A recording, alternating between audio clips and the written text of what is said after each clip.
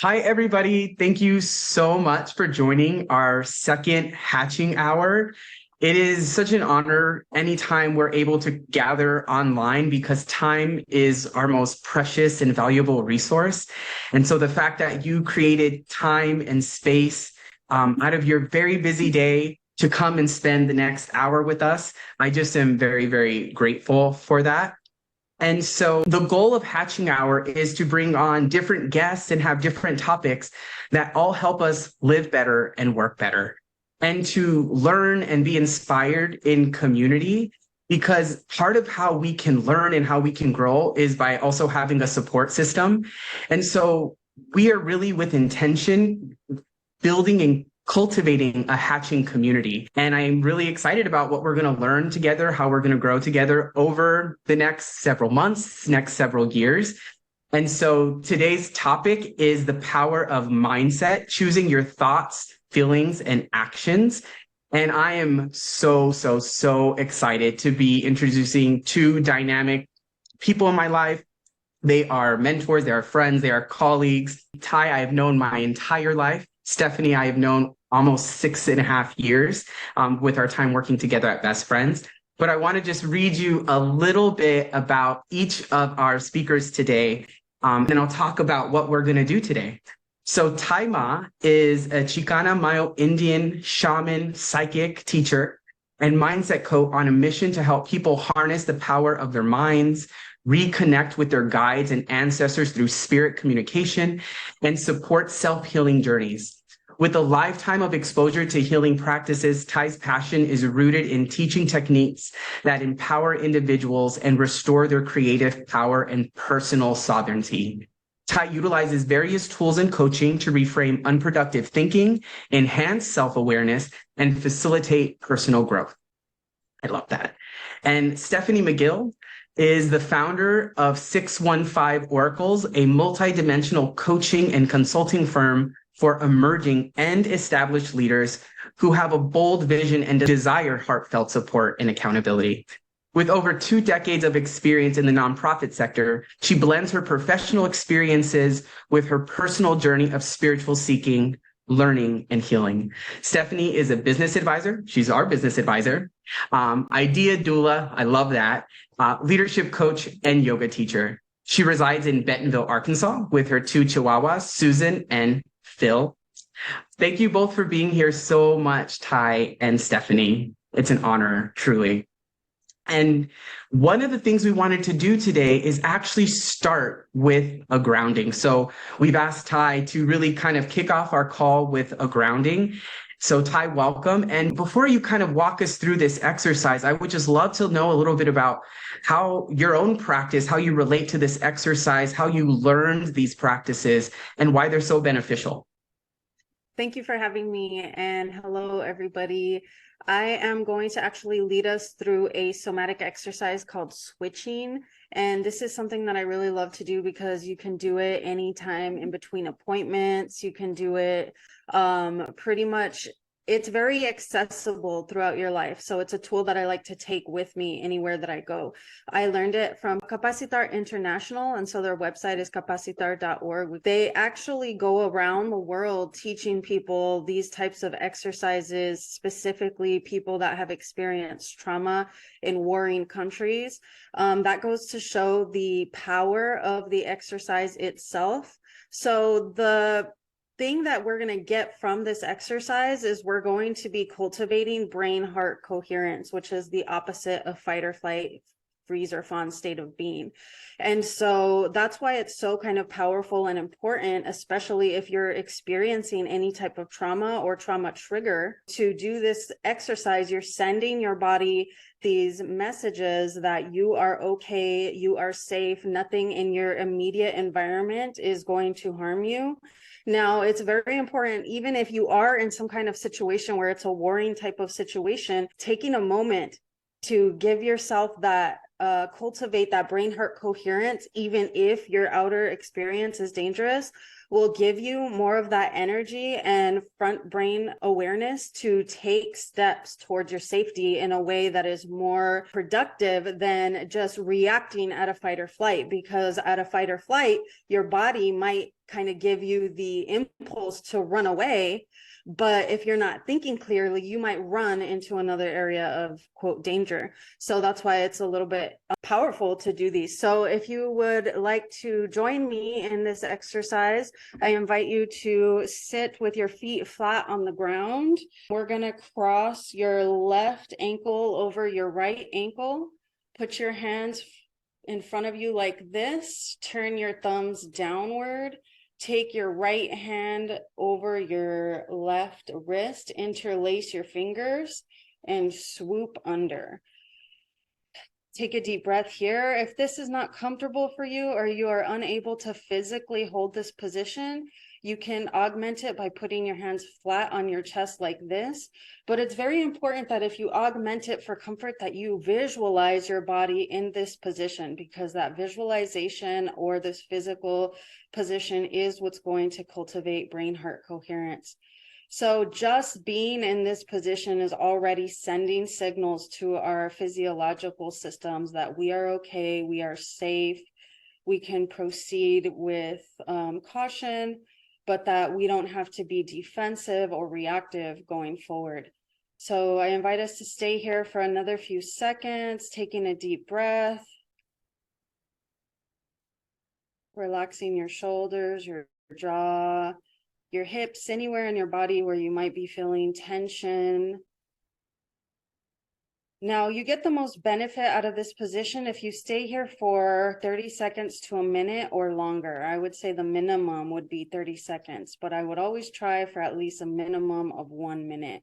And again, if kind of staying in this position is uncomfortable for you, do something that feels comfortable for your body, but just visualize yourself in this position. So before we let this position go, I just want to invite us all to take one more slow and deep breath, as slow as you possibly can and as deep as you possibly can. And when you exhale, release slowly. And as you release, imagine your body relaxing into the chair, supported by the floor. Bring your attention into your center.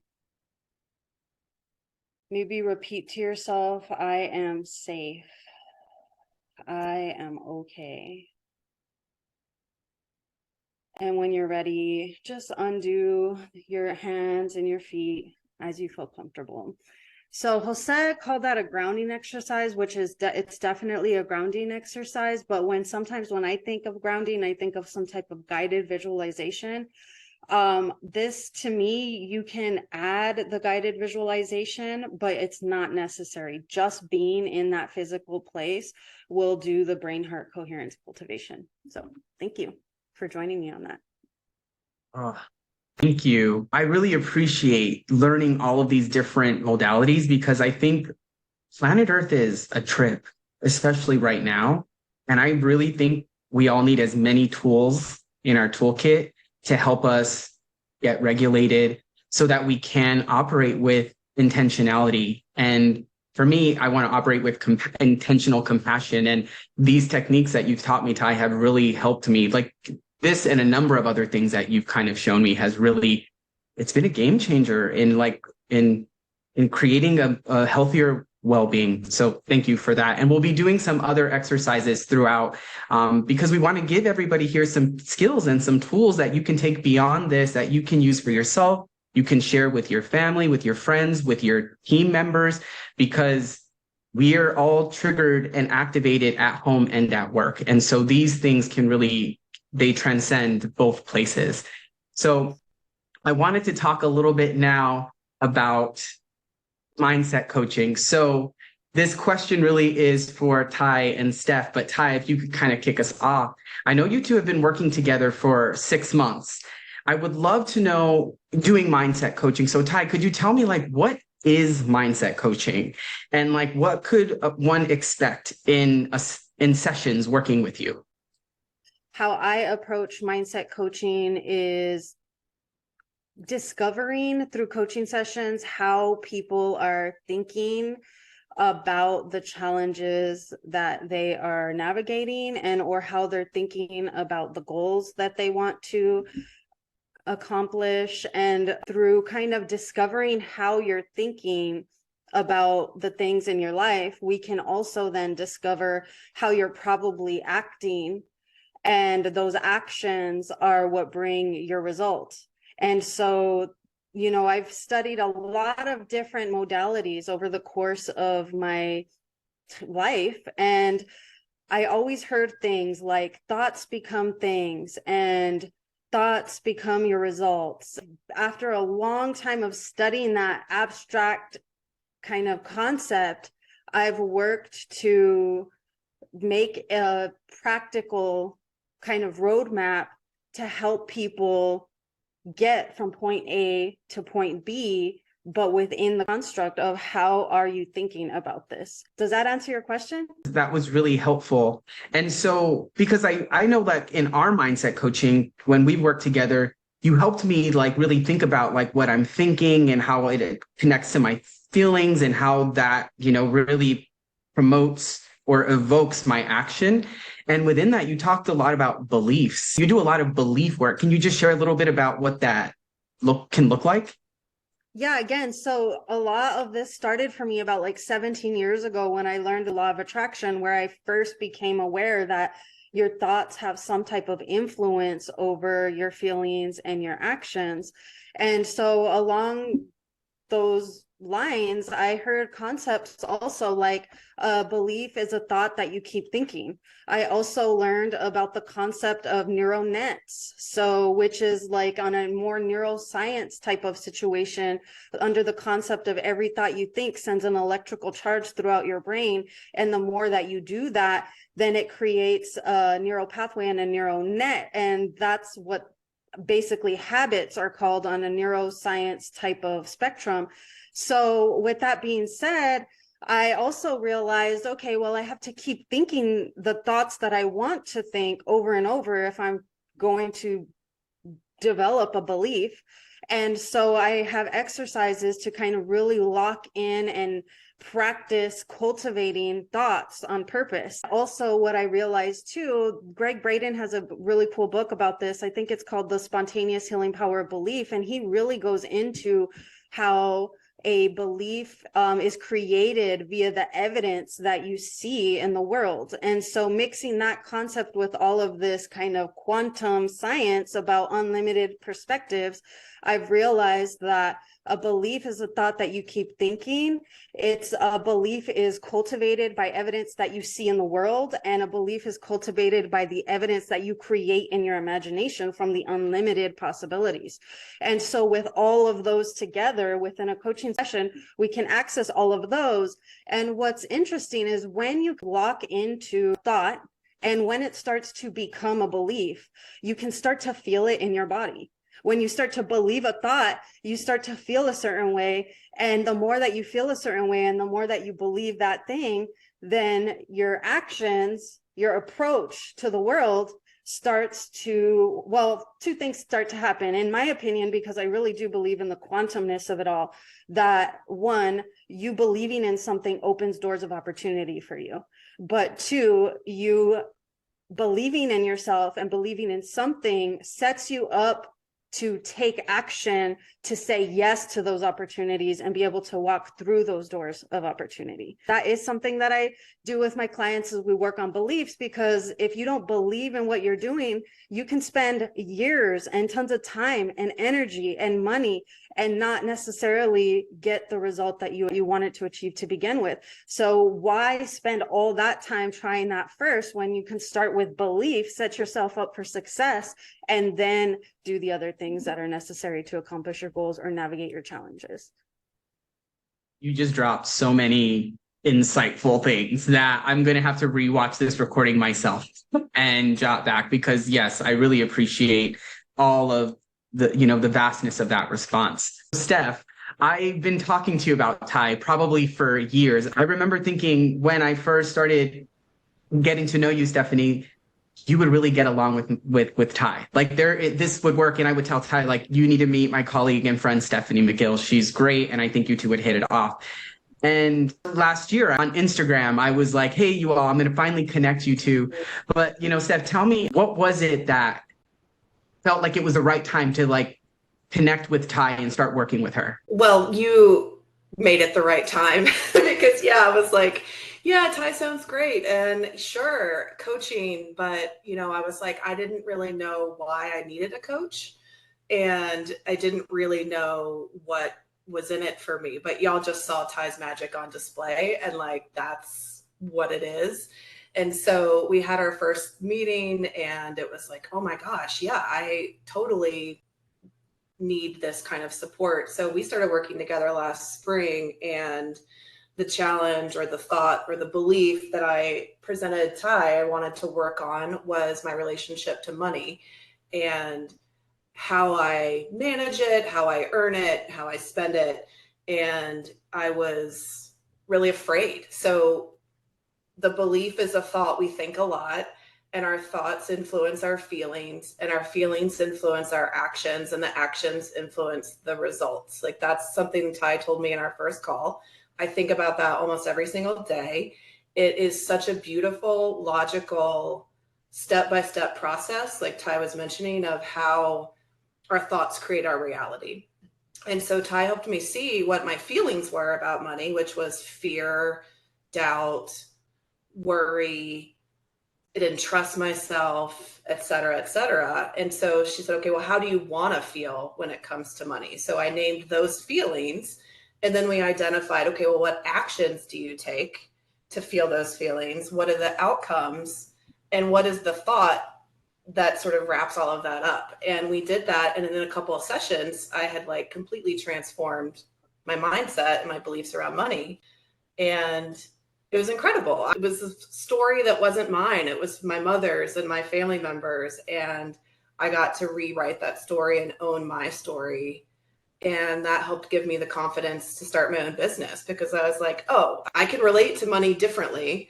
And that fear of it doesn't have to hold me back and doesn't have to hold me from living the life I want to live. So it was immediate. It honestly was a few sessions, and it's really incredible. And I'm such like just the logic of the thoughts, feelings, actions, outcomes is just like, it's just such a gold model. It's so good. It really is so helpful. I was thinking the scarcity monster was on my shoulder. And for me, it looks like scarcity of like there's not enough time, hatching hours today.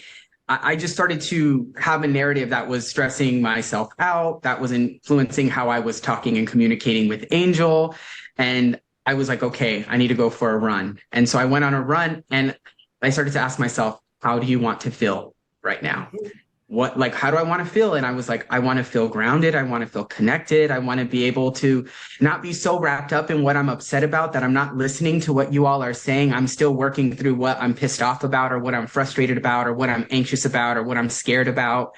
And it really just allowed me to ground myself. And I think one of the biggest things you've taught me, Ty, is the question of how do you want to feel about this? I feel way more empowered. And I have more agency when I'm like, wait, I get to choose how I want to feel about this situation.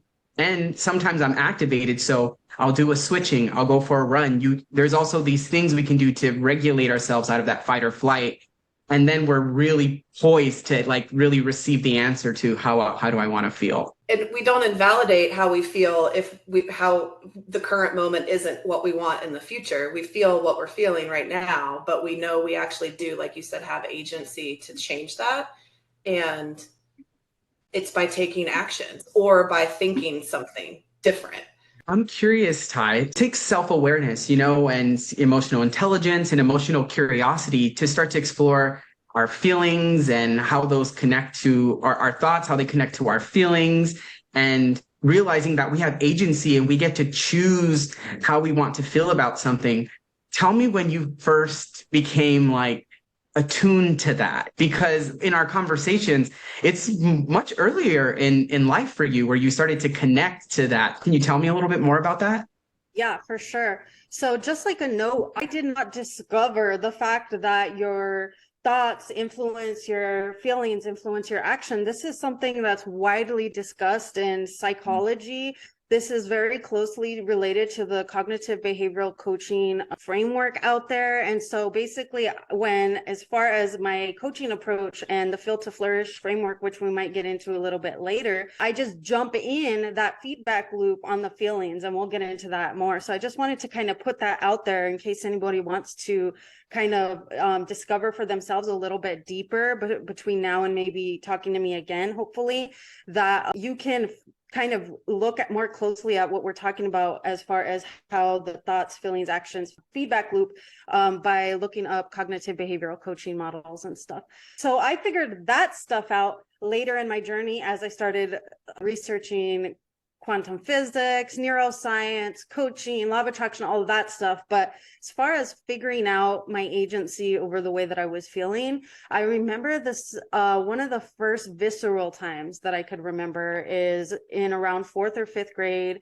My teacher did a privilege exercise with the class to demonstrate the different layers of privilege in society. Long story short, that was my first kind of understanding of oppression, just to be real, and things that are beyond our control that maybe do deliberately try to control us or weigh us down or any of that. And I'm 4th or 5th grade, but I remember during that week having a moment. And I remember, my mom and my dad were really communicative with me about my feelings. My dad also used to go into classrooms and teach about resiliency and life skills. So concepts like resiliency weren't completely far-fetched for me. And I think that during the beginning of the week, I did have some type of challenge, and that my teacher ended up calling my dad or my mom, and I probably ended up getting talked to by then and get some beautiful seeds implanted in my head about resiliency.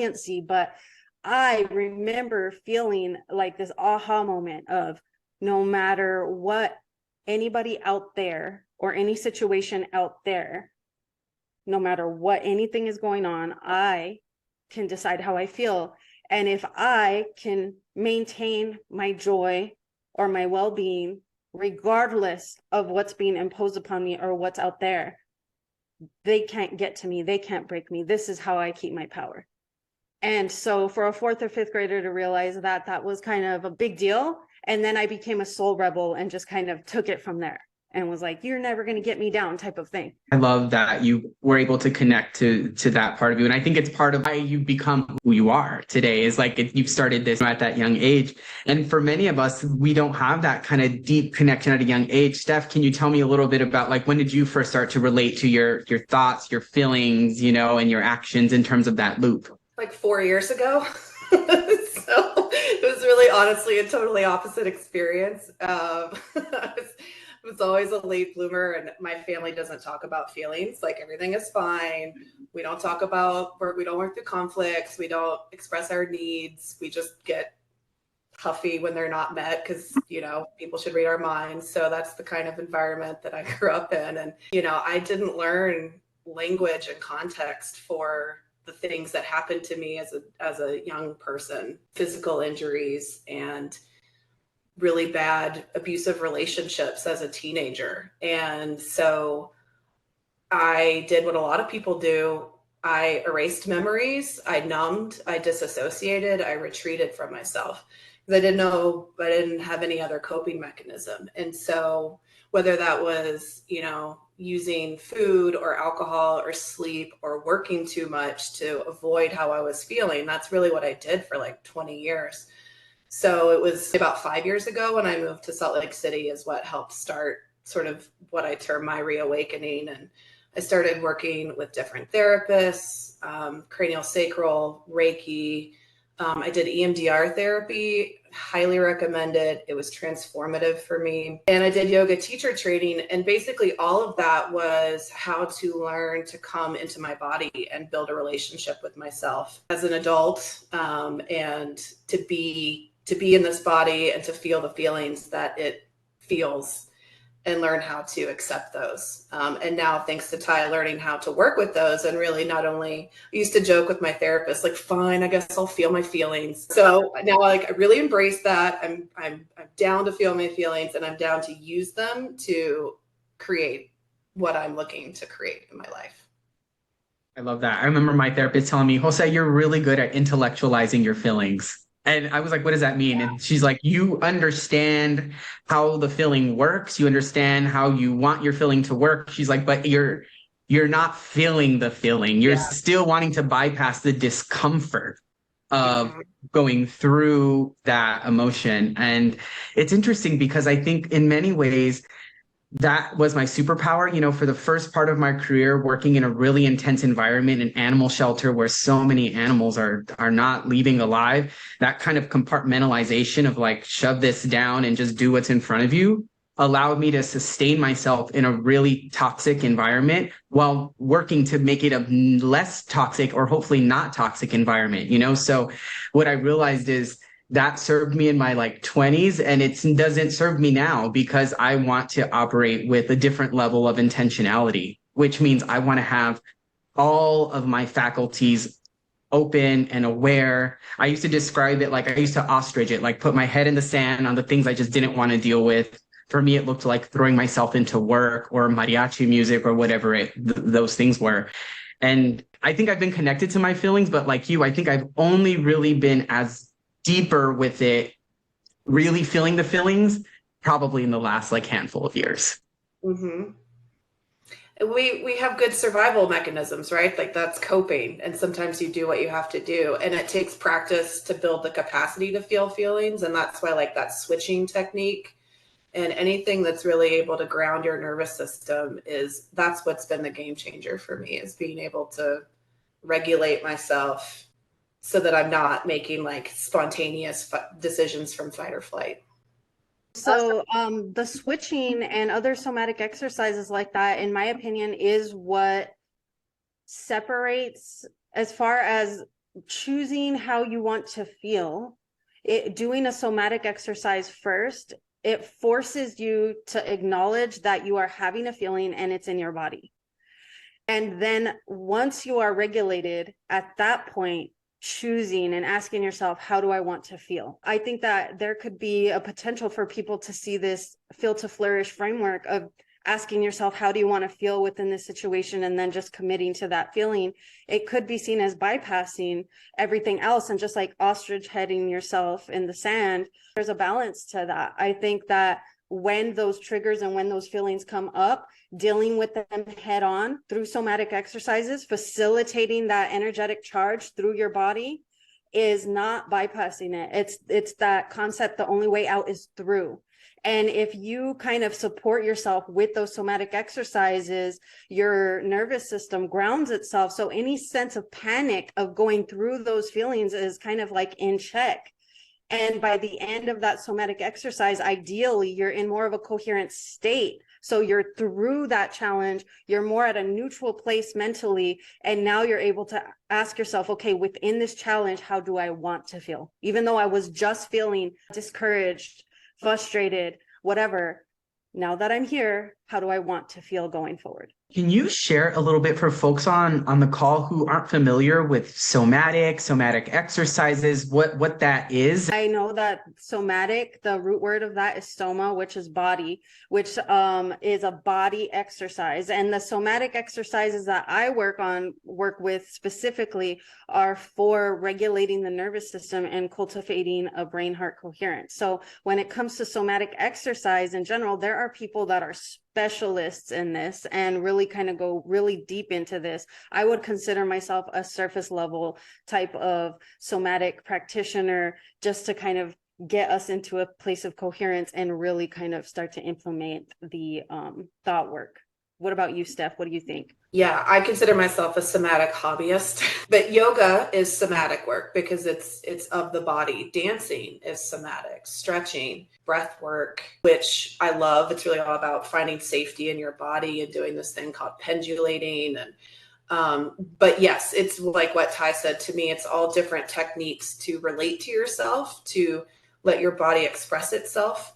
our bodies are autonomous beings. We're in relationship with them. We don't own them. We don't dominate them. I mean, we might, but we get to learn how to be in relationship with them. And the somatic practices, whatever that may be, that I've engaged in, mainly yoga and the somatic experiencing stuff, have really helped me learn how to do that. Stephanie, can you share more about the handout? Yes. Yeah. So, I mean, literally, I am still learning, what do I feel right now? And there's this feeling wheel. You can Google it, and you can also see it up here and the handout. And it helps put language to different feelings. And Brene Brown actually published a book last year called Atlas of the Heart that is all about feelings. Most of us think, you know, if you ask us how we're feeling, we're happy, we're sad, we're afraid, you know, which is that inner circle. But each ring, as it goes out, kind of drills down into that core feeling and provides more language and nuance. And it's just really helpful, I think, as kind of a guidepost. But like Jose was mentioning earlier, it's also easy to intellectualize our feelings. So we don't always have to understand the feeling, but sometimes it's helpful to start there if you're feeling confused about what's going on in you, or maybe where something or a response or an action is coming from. So yeah, I wanted to share that as a potential tool. So I have another question for you. Can you share with us what you're currently working on with Ty and how this model has like impacted your life? I mentioned what Ty helped me with originally, and since we started working together again a couple months ago and sort of this refresh, I just discovered this summer that I'm a people pleaser. Which is like, it's just kind of funny to keep learning these things about myself, because I always really identify as like independent and really self-reliant and strong-willed, but I'm also like really chill and easygoing and go with the flow. But that's actually probably what might be called a fawning trauma response, where I'm actually just trying to dim myself for the comfort of others and not express my needs and not ask for what I want or require in order to keep the peace of those around me. And that's also pretty codependent behavior, which I finally understand what that means and realized, oh, I do that. So understanding that about myself has been interesting. And Ty is helping me to reframe that and create new thoughts about how it's okay and really good and safe to prioritize my well-being, to do what fills my cup, to not bypass my own needs and boundaries, to ask for what I need, to ask for help. That's a big one. Sometimes we start with, how do I want to feel? Or sometimes we start with, what outcome am I looking for? And then we work backwards to the feelings that lead to that outcome. But either way, it's all about the thoughts, which is around breaking this pattern of codependence and people pleasing. And it feels, I mean, it's like, it's massive work, but Ty makes it really easy and approachable and fun, dare I say, to like do this kind of healing work, because it's also really logical, which appeals to my type of brain. Thank you for being so vulnerable. I think a lot of the things that you discussed, we all experience in one form or another. And so I want to ask Ty, like, how can we help others? Like, what is some advice that we can give to folks on how to begin this kind of work? Not everyone has access to a coach, and hopefully multiple people can reach out to you, but like, what can we do? Where do we start? Where can people take action? Yeah, so I've kind of most recently wrapped my head around the importance of stop, drop, and regulate. And so learning how to regulate your nervous system and promote brain heart coherence is one of the most helpful things that you can do for yourself on so many levels, because when you're in a state of brain heart coherence, your immune system's working well, all of your other bodily systems are working well, and as we've discussed before, when you're in a state of fight or flight, a bunch of the systems shut down and your awareness is kind of focused into this survival mode. And there's so many different triggers and activations, whether that be in our work, our relationships, social media. So many different things can kind of activate that fight or flight situation that maybe we don't even know that we're in it. We're used to it at this point, and we're calling it anxiety. We're calling it other things at this point. but we don't realize, oh, it's because I saw that thing on social media that activated me, that triggered my immune system, and now my body's going through a whole host of things. So I would say definitely, if there was one thing, just kind of maybe dive into what it means for you to create brain heart coherence, either through switching, or another really, really simple way is to like slow your breathing and imagine you're breathing in and out of your heart specifically. That causes brain heart coherence. You might even put your hands on your heart to kind of feel the rise and fall of your hands. So because as much like I'm a thought work, I'm a mindset coach, but if your body, if you're experiencing trauma and you're in a fight or flight, fawn or freeze situation, those thoughts are going to take a lot more time and energy to kind of go in and create that feeling that we were talking about before of a thought is a belief is a thought that you keep thinking, and the more that you believe it, the more that you feel it. Well, you can't necessarily feel it if you're feeling traumatized by something in the moment. So thought work second, regulation first. Makes so much sense, because I think we were talking on Sunday, and I was like, I was telling you that I'm really struggling with comparing myself to others and living a lot in the future. And I was like, what can I do? And you're like, well, the first thing is to do a somatic exercise to deactivate yourself, essentially, get more connected to, your brain heart cohesion. And then it's going through the process. Okay, how do I want to feel now? What do I need to believe and think in order to start connecting more deeply to that? And so that I can choose a new and different action. And over time, that new action is going to produce a different reality. And so I thought maybe you can guide us through a little journaling exercise so folks can get in a position. You can do this mentally too, but if you have something that you can write with, Angel's going to put up a prompt. We're going to put 3.5 minutes, a timer up. And Ty, if you can kind of walk us through this activity. I want y'all to kind of take a moment, take a deep breath, bring your energy back into yourself, and reflect on a challenge you're currently experiencing at all. This could be within a relationship, at work. So just kind of bring up a challenge. And within that, bringing that up, I want you to lightly examine how you're currently feeling within this challenge, sense those feelings. And I want you to think about and write down, how do you want to feel about this challenge, or how do you want to feel within this challenge? And that is really kind of the 3 minutes of writing, is how do you really want to feel? So I want you to go a little bit into detail, because you could just write, oh, I want to feel happy, and then I have 2 minutes and 30 seconds left. Really kind of milk the whole 3 minutes by asking yourself detailed questions like, okay, how do I want to feel? What does it look like when I feel that way? What do I sound like? What does my voice sound like when I feel that way? What is my posture like when I feel that way? How do I move through the world? How do I interact with others? Just kind of go into any details that you want to really help yourself understand in full picture how you want to feel within this situation. Happy reflecting, friends. Thank you for that, Ty. I always find it really helpful. And Ty actually does workshops where she walks you through like a whole series of other prompts. If you're interested in expanding and doing more of this work, Ty, in a few weeks, is speaking on the National Maddie's Fund Community Conversations call. It is on Monday, the 23rd at 11 a.m. Pacific time. And Ty, I don't know if you want to just briefly talk a little bit about what you'll be doing on that call so that, folks know what they'd be signing up for. So one of the reasons why we did this in particular journal prompt for today is it's just a snippet of the whole process, but it's an important one because feelings are really important when going forward, as we've discussed in this call. I wanted to give you an opportunity for you to see for yourself that even though you're feeling a certain way within your current challenge, that if you ask yourself, how do I want to feel? And you take the time to write that down and flush that out, that you can see that it's a possibility to feel something different. that you're not stuck and or obligated to what you're currently experiencing. So like little glimmer of hope.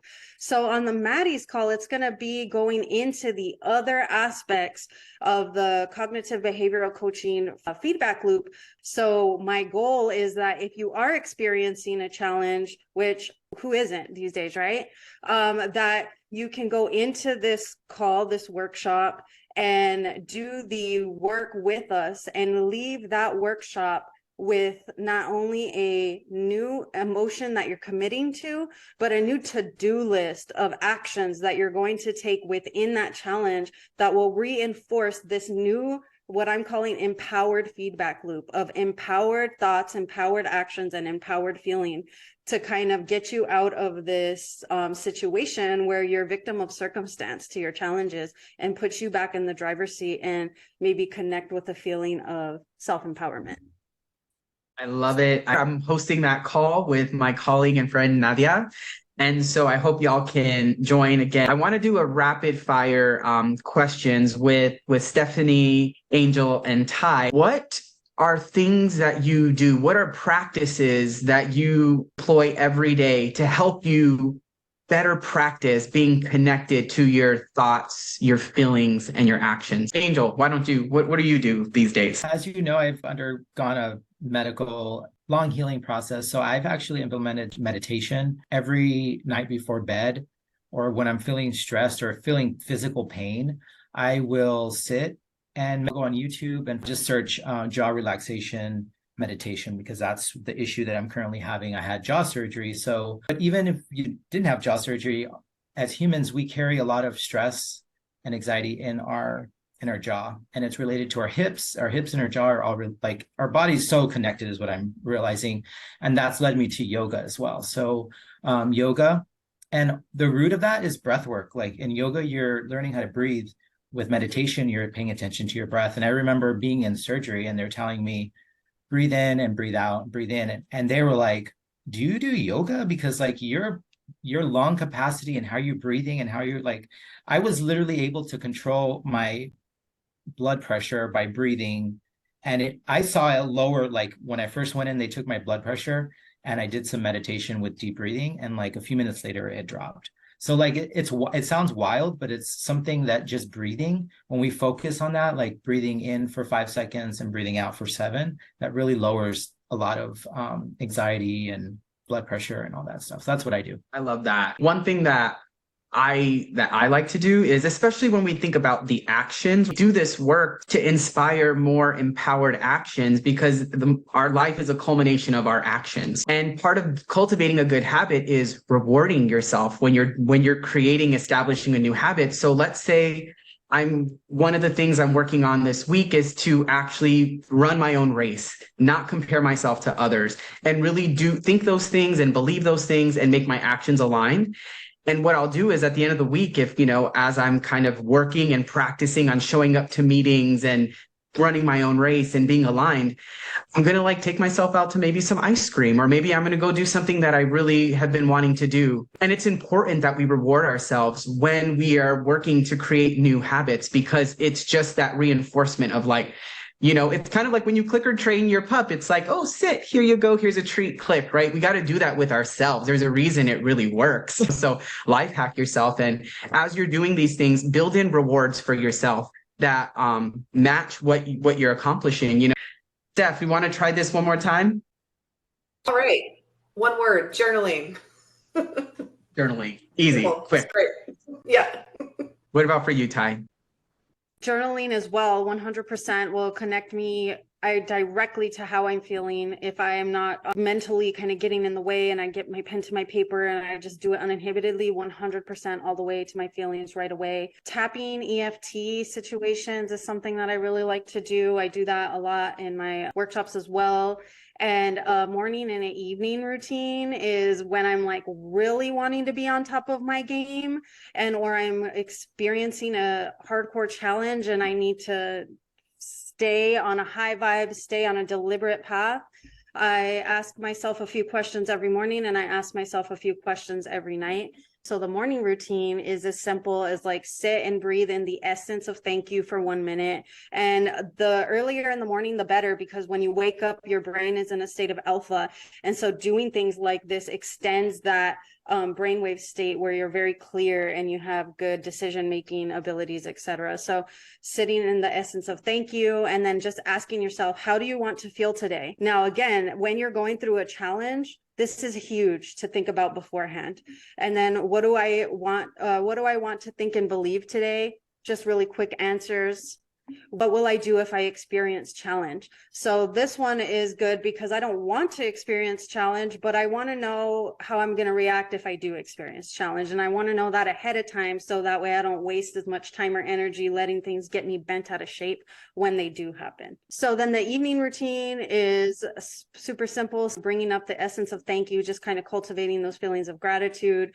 And then what went well for me today, kind of a form of self-evaluation, just so that way when you know better, you can do better. What didn't go well for me, just simple. And then what can I do differently if I'm in a similar position? And how do I want to feel when I wake up tomorrow? So these 3 questions: what went well for me, what didn't go well, and what can I do differently if I'm in a similar position? Sometimes if we come across a challenge at work or in life, we really kind of beat ourselves up and we allow that situation to replay in our mind, and it takes like time and energy away from the things that we could be focusing on. Doing a simple evaluation every day of what you would do differently if you're in that situation again goes a lot further than you might imagine. And then just kind of putting into your brain, hey, how do I want to feel when I wake up tomorrow?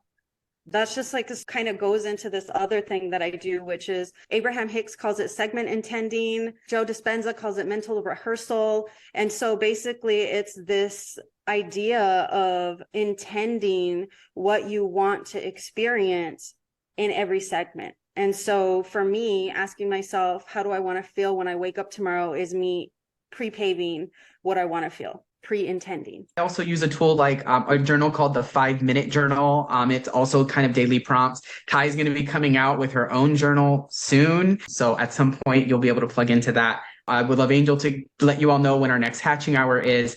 And then I'd love to send us all off with a body scan and having Steph lead us. Angel, why don't you let us know when the next hatching hour is? Yeah. So thank you all for joining, and we hope you can join us on Wednesday, November 1st at 3 p.m. as well.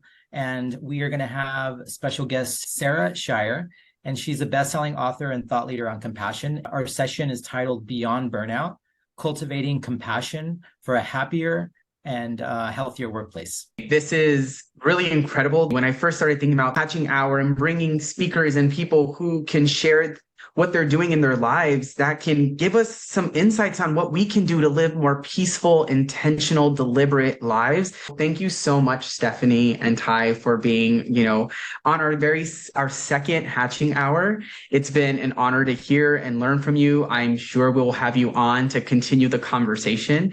And with that, Stephanie, I would love if you could guide us and lead us out in just a body scan, some mindfulness. Start by sending out 2 feet down into the earth's core. Really root in and remind ourselves that we are on an amazing planet that is offering so much support.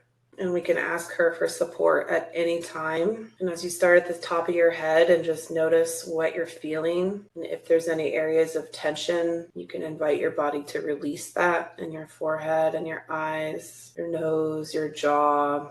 Breathing deeply, and with every exhale, as you go down your body, letting any of the weight that you're carrying that you don't want to carry anymore, letting that drop down through those threads into the earth, relaxing your neck and your shoulders, your lungs and your diaphragm, your lower back, your belly. Exhaling out of your mouth. Releasing your hips, your hamstrings, your thighs, your knees, your calves. Feeling anything that you don't want to be carrying, dropping away.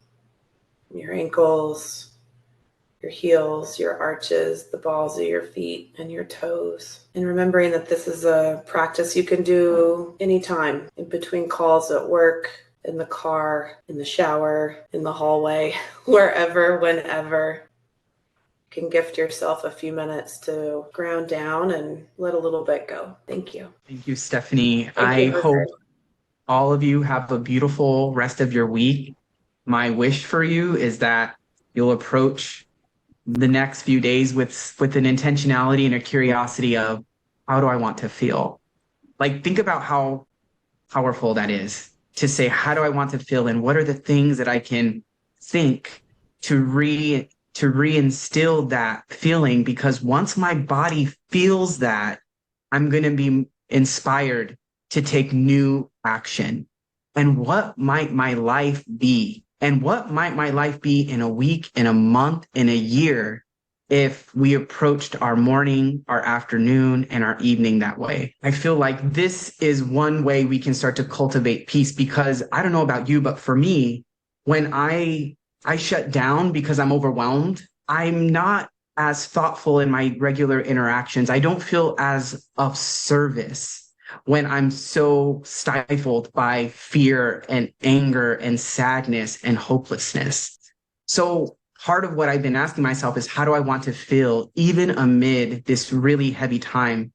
And that has brought me peace, that has brought me clarity, and it has inspired me to hopefully behave in ways that are really thoughtful, that are authentic, and that really share in each other's humanity, because that's ultimately what I hope to do with my time on this planet. So I say that all to offer you some intentionality and know that you have the power to really create. We have the power to create what our realities are in many ways. So much love to all of you. Happy hatching.